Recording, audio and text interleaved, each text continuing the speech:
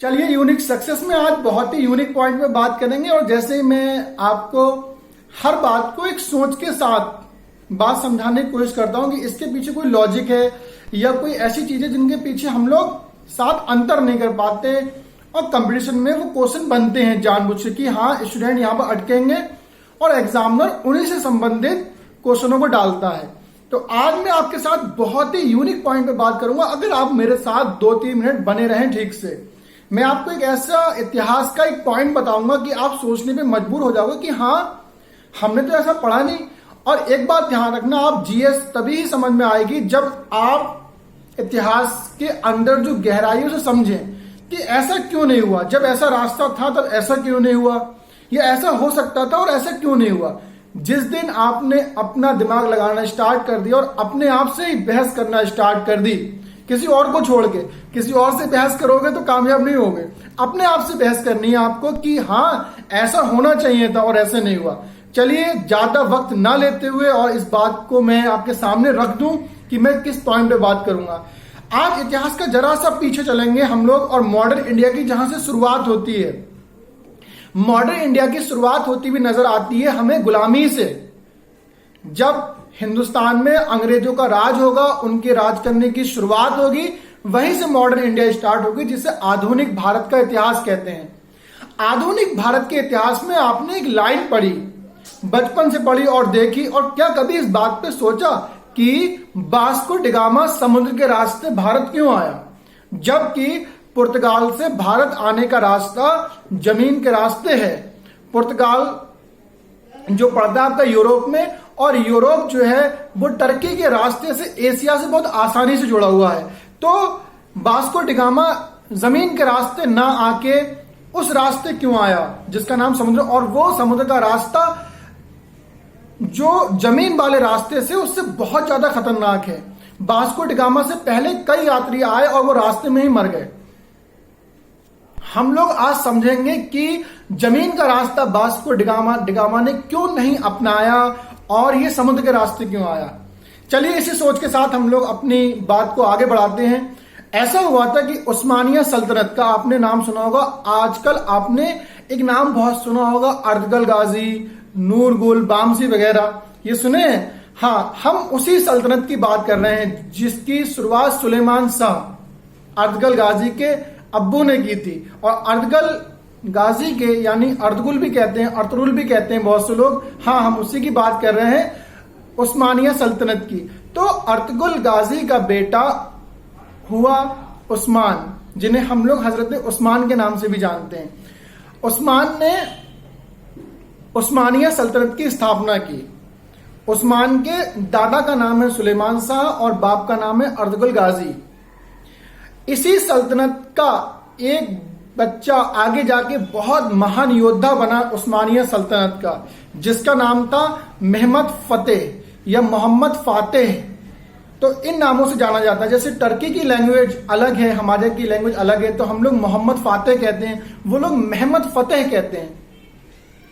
महमद फतेह ने यूरोप को हराया, कुस्तुनतुनिया को जीता। उसी कुस्तुनतुनिया का नाम आज इस्तांबुल है, जो एशिया और यूरोप की बॉर्डर पे स्थित है, यानी इन दोनों जमीनों को जोड़ता है। तो इस जमीनों को पार करते हुए पुर्तगाली भारत क्यों नहीं आए, वास्को डिगामा भारत इस जमीन के रास्ते से क्यों नहीं आया।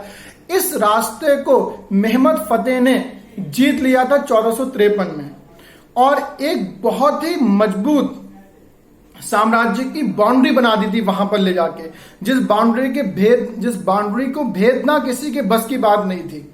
और उसको क्रॉस करना, अगर वहां से निकलना होता तो वहां की जो चुंगी है वो देना पड़ती और हिंदुस्तान या चाइना जो भी मार्केट था उसकी तरफ आना पड़ता। लेकिन इस रास्ते को कुस्तुनतुनिया, आप याद रखना कुछ डेटें ऐसी हैं जो आपकी लाइफ में आपको ABCD या छोटे आप बड़े आ की तरह याद होना चाहिए।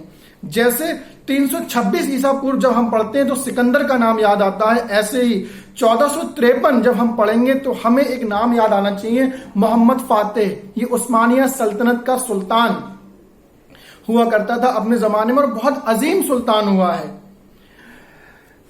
1453 में इस सुल्तान ने यूरोप से यानी यूरोप इतनी बड़ी ताकत हुआ करती थी, इतने मॉडर्न लोग थे वो, उनसे कुस्तुनतुनिया को जीता, जिसका नाम आज इस्तांबुल है, और उसको टर्की या उस्मानिया सल्तनत के हिस्से में मिलाया। वो 1453 से आज भी ऐसा मिलाया हुआ है कि वो आज भी टर्की के हिस्से में ही आता है, वो टर्की का ही एक शहर है। जब इस जमीन पे कब्जा हो गया तब यूरोपियों का ये रास्ता ब्लॉक हो गया। तब यूरोपियंस ने क्या किया, जैसे आज बच्चे खेलते हैं क्रिकेट और फुटबॉल और भी बहुत से ऐसे गेम हैं जिसमें बच्चे ज्यादा इंटरेस्टेड हैं, और गेम भी आ गए जैसे पबजी वगैरह हैं, तो इनमें बच्चे महारत हासिल करते हैं कि हम अच्छा खेलते हैं, हम अच्छा खेलते हैं। ऐसे उस जमाने में, उस जमाने के बच्चे, उस जमाने के जो बच्चे थे उन्हें खेल पसंद थे, वो समुद्र वाले पसंद थे, वो उसमें नाव डालते थे, दूर दूर तक घूम के आते थे, तैराकियां क्या करते थे। ऐसे स्पेन और पुर्तगाल ने अपने लड़के तैयार किए और कहा जब ये रास्ता बंद है तो तुम अफ्रीका के रास्ते घूमते हुए जाओ। तो उन्होंने एक लड़का इसी तरह का भेजा इंडिया की तलाश में इधर को, लेकिन वो सीधा निकल गया और उस दिन पूरी दुनिया को पता लगा कि उत्तरी अमेरिका और दक्षिणी अमेरिका भी कोई जमीन के टुकड़े हैं, यह दुनिया का यह भी कोई हिस्सा है। तो कोलंबस तो उधर पहुंचा और उसने अमेरिका की खोज कर दी, लेकिन वो इंडिया को खोजने निकला था। अगर आपने हिस्ट्री पढ़ी होगी तो आपको पता होगा कोलंबस इंडिया को खोजने निकला था, लेकिन उसने अमेरिका को खोज लिया। और उस दिन दुनिया को पता लगा कि जिन टुकड़ों को हमने जमीन के देखा है यही दुनिया नहीं है, इस अभी और भी दुनिया है जिसे उत्तरी अमेरिका और दक्षिणी अमेरिका कहते हैं। कोलंबस ने इसकी खोज की, दुनिया को बताया कि ये भी महाद्वीप या ये भी जमीन के टुकड़े हैं, इसलिए उसे नई दुनिया का नाम दिया गया। फिर 2 यात्री और निकले, लेकिन वो इंडिया तक नहीं पहुंच पाए, आधा अफ्रीका तक ही पहुंच पाए थे, अभी पश्चिम की साइड में ही थे, पूरब की साइड आए भी नहीं पाए थे। उनके जहाजों में या उनकी किसी भी तरीके से मौत हो गई। उसका हम डिस्कस जब इन पे डिटेल वाली वीडियो बनाएंगे तब करेंगे। लेकिन एक ऐसा इंसान जो उस जहाज के रास्ते और रास्ता खोजते हुए आगे आया, भारत में केरल तक आया और कालीकट के बंदरगाह पे उतरा 1498। लेकिन ये 1498 जो हम याद करते हैं मॉडर्न इंडिया में, इसकी जो बुनियाद पड़ी है वो 1453 मोहम्मद फातेह से पड़ी है, जो उस्मानिया सल्तनत के बहुत अजीम सुल्तान हुए। तो अगर आपको ये बात अच्छी लगी हो तो आप इसको शेयर करें और लाइक करें और अपने दोस्तों तक फैलाएं कि क्या वजह थी कि यूरोपियंस जमीन के रास्ते भारत ना आके इतना लंबा सफर तय करके आए, जो सफर दुगना नहीं चौगुना था, और उसमें जान माल का कितना खतरा था। अगर आपको ये जानकारी यूनिक लगे और जैसी मेरी बातें मैं आपसे करना चाहता हूं कि मेरी बातें और चैनलों से यूनिक हों, तो आप इसको लाइक भी करें, शेयर भी करें और सब्सक्राइब भी करें और आगे बढ़ाएं, और कमेंट में बताएं कि ये चीज आपको अच्छी लगी, जिससे मैं और अच्छी जानकारी, ऐसी सोच की जानकारी आपके पास लेके आ सकूं।